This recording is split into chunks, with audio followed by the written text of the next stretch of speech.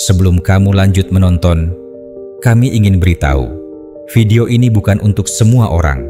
Ini tentang pertanyaan yang bisa mengguncang keyakinanmu dan mungkin membuatmu tidak nyaman. Tapi, jika kamu berani berpikir, kalau kamu pernah bertanya, benarkah manusia dulunya monyet? Maka kamu ada di tempat yang tepat. Dalam video ini, kita akan bahas apa itu teori evolusi, siapa pencetusnya, apakah manusia benar-benar berasal dari monyet, apa bukti ilmiahnya, apakah teori ini bertentangan dengan agama, dan haruskah kita dari negara religius tetap mengajarkannya di sekolah, bukan untuk mengguncang imanmu, tapi untuk membuka ruang berpikir.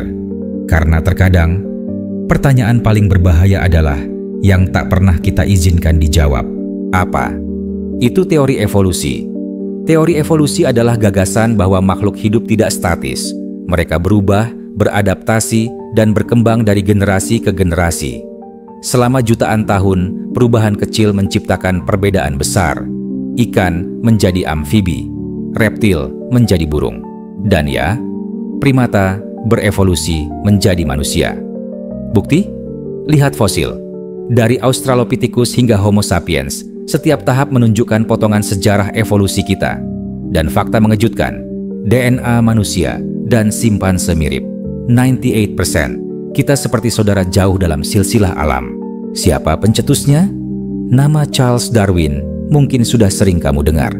Tapi tahukah kamu, saat bukunya On the Origin of Species diterbitkan tahun 1859, itu dianggap radikal, bahkan menghina iman. Ia mengamati burung, kura-kura, dan alam liar di Kepulauan Galapagos. Dan dari sana, lahir sebuah teori yang tak hanya ilmiah, tapi juga sangat manusiawi, bahwa hidup adalah proses bertahan, beradaptasi, berevolusi. Apakah manusia berasal dari monyet? Ini kalimat yang selalu bikin gaduh, marah, bahkan baper. Kita dulunya monyet. Bagi sebagian orang, ini terdengar menghina, merendahkan martabat manusia. Tapi benarkah begitu? Sains tidak pernah bilang manusia berasal dari monyet yang sekarang kamu lihat di kebun binatang.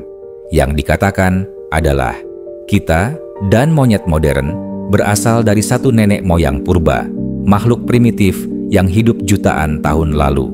Bayangkan pohon besar yang bercabang dua, satu menjadi manusia, satu lagi menjadi simpanse dan gorila. Akar pohonnya sama, tapi justru disinilah pertanyaannya. Apakah fakta ini membuatmu merasa rendah, tidak spesial? Atau justru, apakah ini membuatmu sadar kita bukan makhluk yang muncul tiba-tiba dari langit? Kita adalah bagian dari perjalanan panjang alam semesta, bagian dari proses yang tak bisa diprediksi, tapi luar biasa menakjubkan. Mungkin bukan soal apakah kita berasal dari monyet, tapi apakah kita siap mengakui manusia juga bagian dari alam, atau justru kita bagian dari cerita alam yang luar biasa rumit. Apakah ini bertentangan dengan agama? Kalau kita berevolusi, lalu siapa yang menciptakan kita? Pertanyaan ini membuat banyak orang menolak evolusi mentah-mentah. Tapi ada juga yang melihatnya secara berbeda. Bagaimana jika evolusi adalah salah satu cara Tuhan bekerja?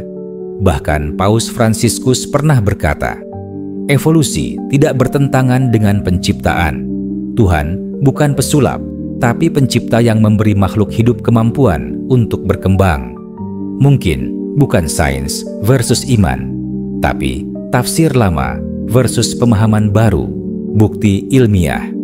Dari fosil hingga DNA fosil manusia purba ditemukan di Afrika Timur, Asia, dan Eropa.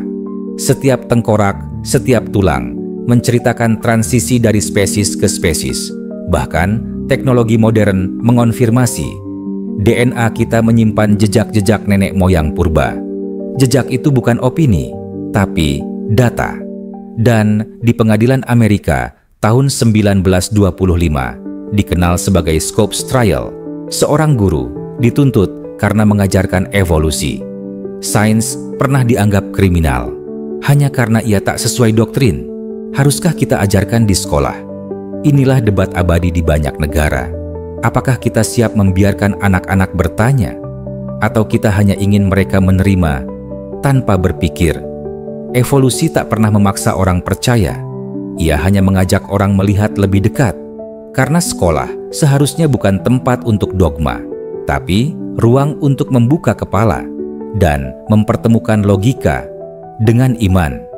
Apakah manusia dulunya monyet? Atau lebih tepatnya, apakah kita cukup dewasa untuk mengakui bahwa jawaban tidak selalu sederhana?